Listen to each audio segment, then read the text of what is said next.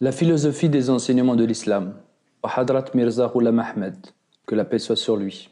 Au nom d'Allah, le très gracieux, le très miséricordieux. La première question. Les états naturels, moraux et spirituels de l'homme.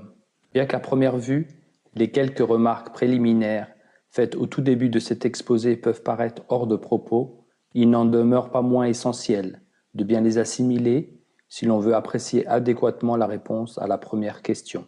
Les états de l'homme sont de trois types. La première question s'intéresse aux trois états rencontrés chez l'homme, à savoir ses états naturels, moraux et spirituels. Selon le Saint-Coran, trois sources différentes peuvent être distinguées, chacune donnant lieu à un état spécifique. La première source, le moi instigateur du mal. Dans l'idiome du Saint-Coran, la première source génératrice de toutes les conditions naturelles de l'homme s'appelle Nafs al-Amara, c'est-à-dire le moi instigateur du mal. L'âme est assurément portée au mal. Le Saint-Coran, chapitre 12, verset 54. À tout moment, le moi de l'homme est prêt à inciter au mal.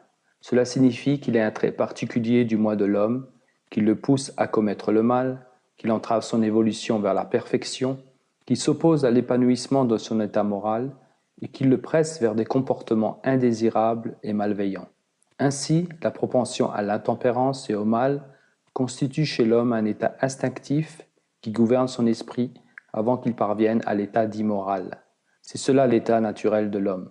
Tant que l'homme n'exécute pas ce que sa raison et son intelligence lui dictent, mais persiste aveuglément à suivre son inclination naturelle à manger, boire, dormir, se réveiller, céder à la colère et se quereller, tel l'animal, obéissant à ses pulsions naturelles, alors l'homme demeurera dans cet état naturel.